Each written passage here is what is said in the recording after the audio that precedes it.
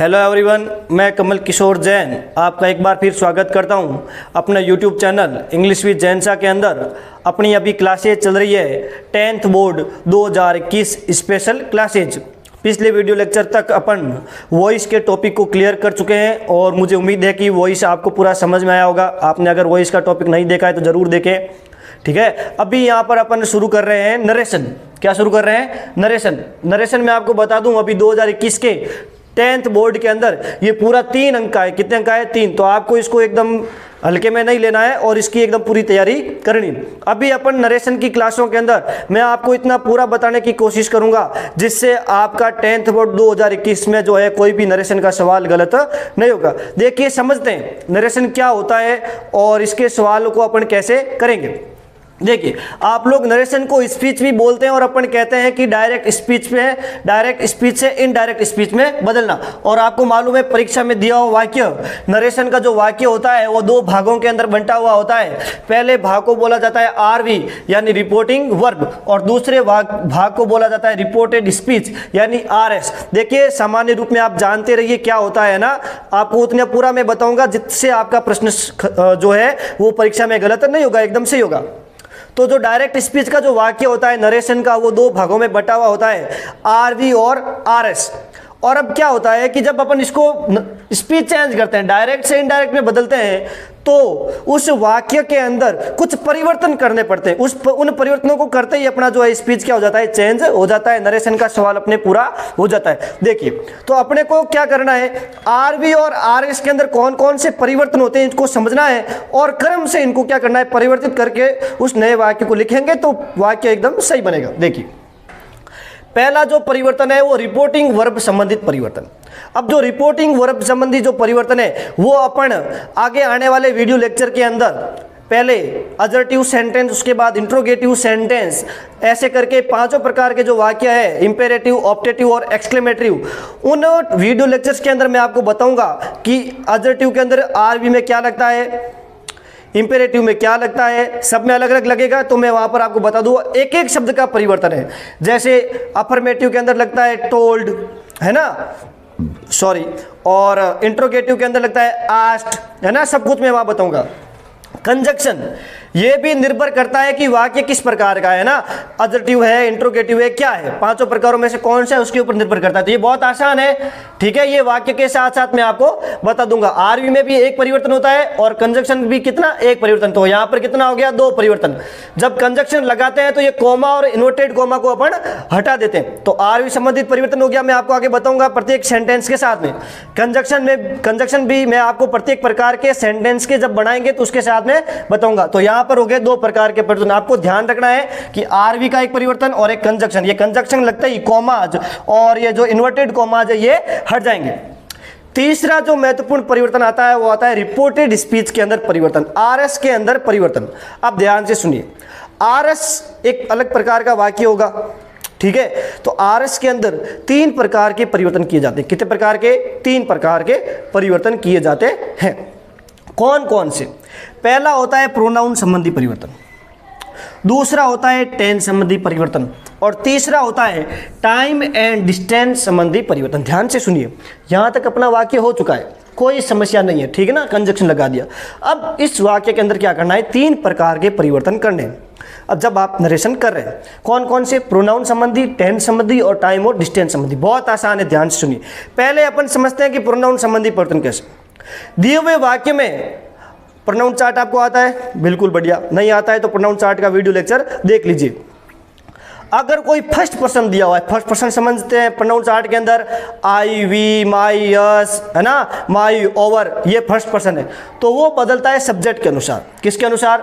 यानी आरवी के सब्जेक्ट के अनुसार। अगर सेकेंड पर्सन कुछ है, यू, योर वगैरह, तो वो बदलेगा ऑब्जेक्ट के अनुसार। किसके अनुसार? ऑब्जेक्ट के अनुसार। और थर्ड पर्सन है अगर आरएस में, he, him, his, they, their, she, her वगैरह, तो वो रहते हैं नो चेंज। आपको समझ में आया? आपने एक चीज सुना होगा, सन बटे 123, फर्स्ट पर्सन सब्जेक्ट के अनुसार, सेकेंड पर्सन ऑब्जेक्ट के अनुसार और थर्ड पर्सन नो चेंज। ये ध्यान रखना। प्रोनाउन वापस सुन लीजिए, प्रोनाउन संबंधी परिवर्तन क्या होता है? अगर आर एस के अंदर फर्स्ट पर्सन है कुछ प्रोनाउन का तो वो किससे बदलेगा, आर वी के सब्जेक्ट से।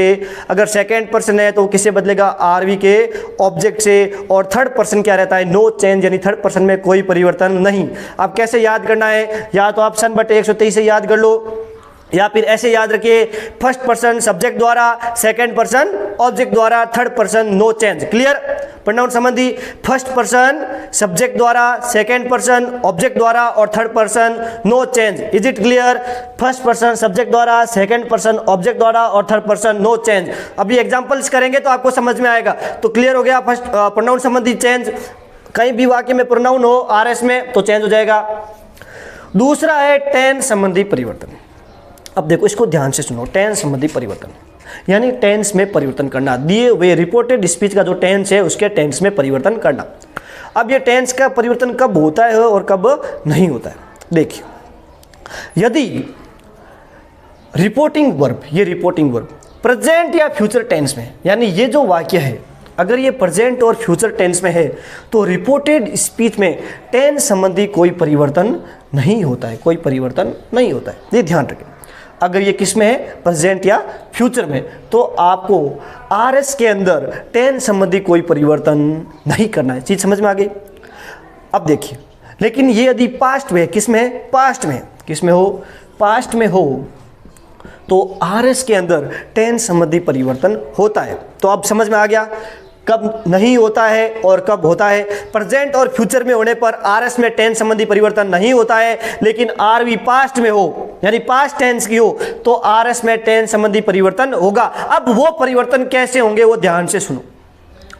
अगर दिया हुआ वाक्य प्रेजेंट का है तो उसको पास्ट में बदल दो। यानी क्या मतलब हुआ, प्रेजेंट का पास्ट बदल दो, क्या मतलब हुआ, यानी प्रेजेंट इंडेफिनिट में वाक्य दिया है तो उसको पास्ट इंडेफिनिट बना दो। इजी।